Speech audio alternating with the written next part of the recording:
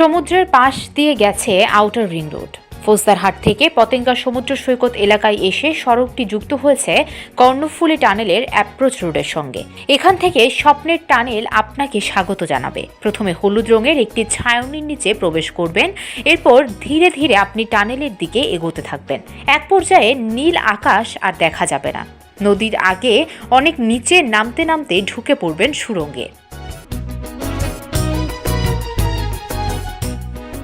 এটি দক্ষিণ এশিয়ায় প্রথম নদীর জলের তলে টানেল বা সুড়ঙ্গ পথ। চট্টগ্রামে কর্ণফুলী নদীর নিচে নির্মিত এই টানেলের নাম দেওয়া হয়েছে বঙ্গবন্ধু শেখ মুজিবুর রহমান টানেল।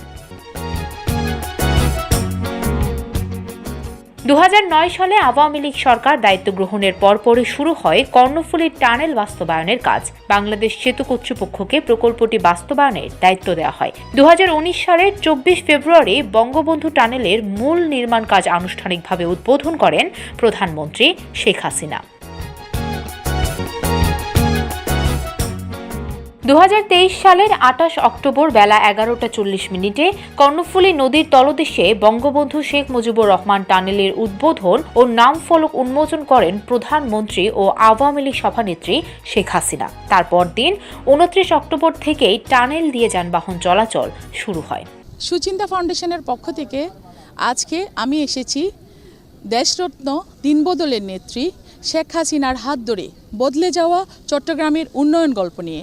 আজকে আমি এসেছি আমাদের চট্টগ্রামে নির্মিত বঙ্গবন্ধু টানেল। একের পর এক মেগা প্রকল্পে বদলে যাচ্ছে আমাদের বন্দরনগরী চট্টগ্রাম। আপনারা জানেন বন্দরনগরী চট্টগ্রামে কিন্তু বাংলাদেশের অর্থনীতির ক্ষেত্রে একটা গুরুত্বপূর্ণ ভূমিকা রেখে আসছেন। এই জন্য জননেত্রী শেখ হাসিনা এই চট্টগ্রামকে একটা বৃহত্তর অর্থনৈতিক জোন হিসেবে গড়ে তোলার জন্য বহুবিধ মেগা প্রকল্প উনি হাতে নিয়েছেন। তার ধারাবাহিকতায় দক্ষিণ এশিয়ার সর্বপ্রথম টানেল আমাদের চট্টগ্রামে আমরা পেয়েছি, যেটা আমাদের বাংলাদেশ তথা চট্টগ্রামবাসীর জন্য বিশাল একটা অর্জন। এই জন্য আমরা চট্টগ্রামবাসীর পক্ষ থেকে জননেত্রী শেখ হাসিনাকে ধন্যবাদ জানাচ্ছি এবং আসন্ন জাতীয় সংসদ নির্বাচনে আমরা চাই এই উন্নয়নের অব্যাহত ধারা বজায় রাখতে জননেত্রী শেখ হাসিনার নৌকায় আমরা আবারও ভোট দেব এবং আমরা এই দেশকে তলাবিহীন ঝুড়ির রাষ্ট্র থেকে জননেত্রী শেখ হাসিনা যে উন্নয়নশীল রাষ্ট্রে পরিণত করতে পেরেছেন,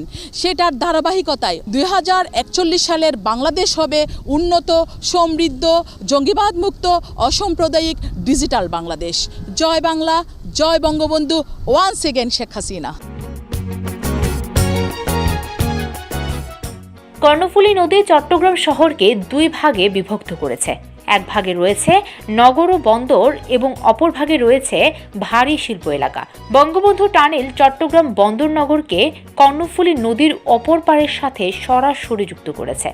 পরোক্ষভাবে ঢাকা চট্টগ্রাম কক্সবাজার মহাসড়কের মাধ্যমে সারা দেশের সাথে যোগাযোগ ব্যবস্থায় ইতিবাচক পরিবর্তন আনবে। কর্ণফুলী টানেল নির্মিত হয় এলাকার আশেপাশে শিল্পোন্নয়ন, পর্যটন শিল্পের বিকাশ এবং সহজ যোগাযোগ ব্যবস্থার কারণে ব্যাপক কর্মসংস্থান সৃষ্টি এবং রপ্তানি বৃদ্ধি পাবে।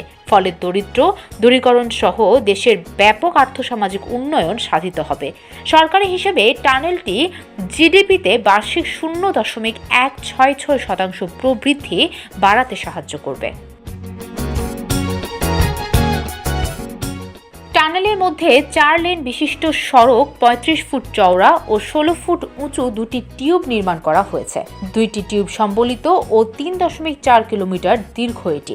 টানেলের পশ্চিম ও পূর্ব প্রান্তে 5.35 কিলোমিটার সংযোগ সড়ক এবং 727 কিলোমিটার এবং 727 মিটার ওভারব্রিজ থাকছে।